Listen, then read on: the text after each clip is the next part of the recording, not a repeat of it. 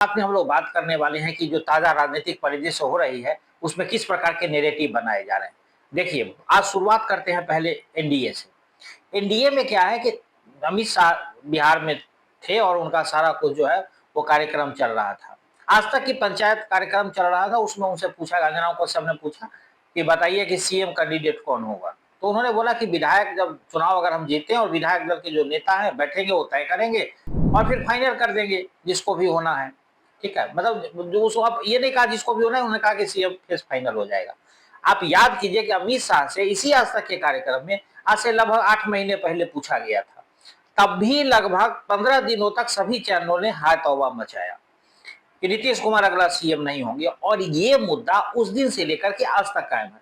और अभी पिछले 3 दिनों से हर एक चैनल के पास ये मसाला है कि नीतीश कुमार सीएम फेस नहीं हुआ है। कुछ चैनल ने तो यहां तक चला है कि लालू और नीतीश कुमार में बात हो गई है, लेकिन जब अमित शाह और नीतीश कुमार की बातचीत हुई और उसके बाद जो संजय झा का बयान आया या जदयू के नेता से जब बातचीत हुई हमारी हुई, तो उसमें उन्होंने सीधा सीधा बताया कि ऐसी कोई बात नहीं है, बिल्कुल सौहार्दपूर्ण वातावरण में बातचीत हुई और सब कुछ फाइनल है। क्योंकि अमित शाह ने यह भी कहा था, उन्होंने कहा कि ये बात लोग नहीं दिखा रहे कि अमित शाह ने यह भी कहा था कि जब 43 सीट हम लोग की आई थी तब भी प्रधानमंत्री जी ने कहा था कि सीएम आप ही होंगे। तो उस परिस्थिति में जब नीतीश कुमार सीएम बने तो अब क्यों नहीं बनेंगे। हाँ, ये उम्र जरूर उनकी हो चली है और जब वो उनको अपने मन से रिटायरमेंट लेना होगा, इस बार अगर एनडीए जीतती है तो सीएम वही बनेंगे। और उसके बाद जब उनकी रिटायरमेंट की इच्छा होगी, 1 साल बाद, 2 साल बाद, 3 साल बाद, या पूरा कार्यकाल ही पूरा कर लें, कुछ भी हो सकता है। इस स्थिति में इस बातों पर उन्होंने विराम लगाया। अब चलते हैं महागठबंधन में कांग्रेस और आरजेडी में जो भिड़ंत है, वो आप बता नहीं सकता कि किस कदर बढ़ रही है। और जरा आरजेडी और कांग्रेस की तो बात करेंगे ही। आईपी गुप्ता से बात हो रही थी, आईपी गुप्ता ने बताया था कि महागठबंधन में सब कुछ इतना बढ़िया है कि इस बार एनडीए के लिए कोई स्पेस ही नहीं। आईपी गुप्ता, आप लोगों को याद होगा कि जब अपना कैरियर शुरू कर रहे थे तो वो कांग्रेस में थे। बाद में उन्होंने ताती तत्मा समाज को लेकर के अपना आंदोलन शुरू किया और आरक्षण को लेकर उनका मेन मुद्दा आरक्षण था, जिस पर उन्होंने अपना काम करना शुरू किया। उसके बाद आईपी गुप्ता इस बार पूरा होमवर्क करके आए, हेलीकॉप्टर से गांधी मैदान में उतरे, पूरे बिहार के तत्मा ताती को भरा और एक समाज मैसेज देने की कोशिश किए कि हम भी हैं भाई मैदान में। और उसके पीछे मेन कारण नीतीश कुमार के द्वारा कराया गया जातिगत जनगणना और जो जातिगत जो सर्वे हुआ बिहार में, उसके कारण ऐसा हो पाया कि जितने भी छात्रा हर एक कास्ट से मैंने कार्यक्रम बनाया था, उसमें कहा था कि हर एक समाज से एक एक छात्र उठेंगे बाहर, और वही हुआ। आईपी गुप्ता उसी की देन है।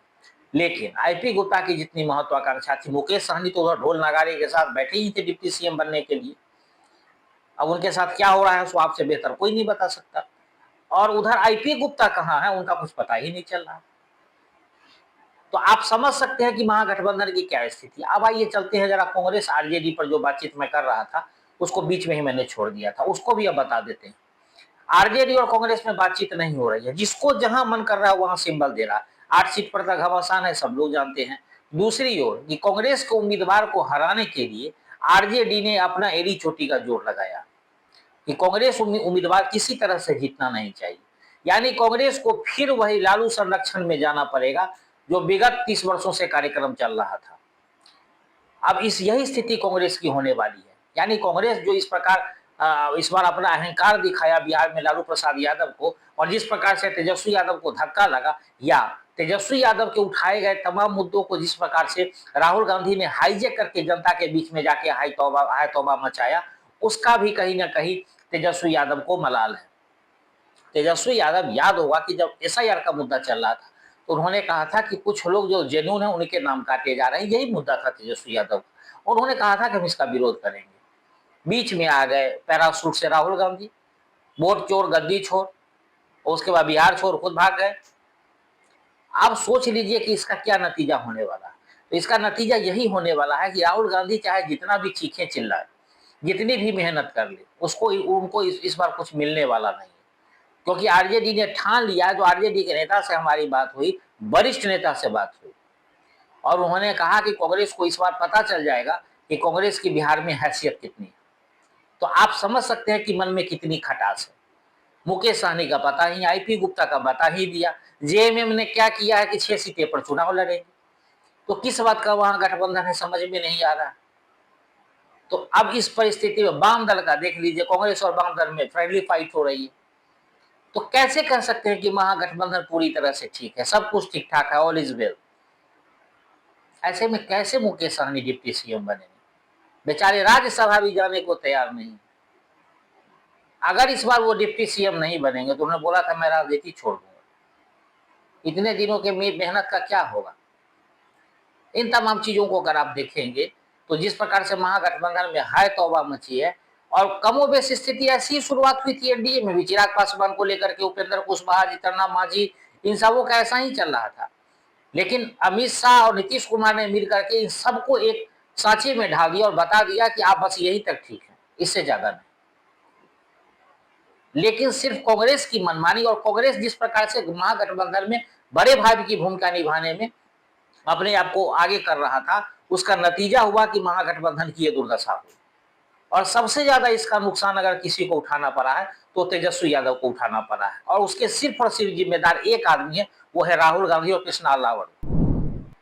यहां तक कि कांग्रेस में जो सबसे ज्यादा है, महंगे महंगे टिकट बेचे गए, जो जेन्युइन लोग थे उनको टिकट नहीं मिला है, और उनको टिकट बेचा गया है कि जो उम्मीदवार के रूप में काबिल है ही नहीं, उनकी गुंजाइश ही नहीं कि वहां जीतेंगे।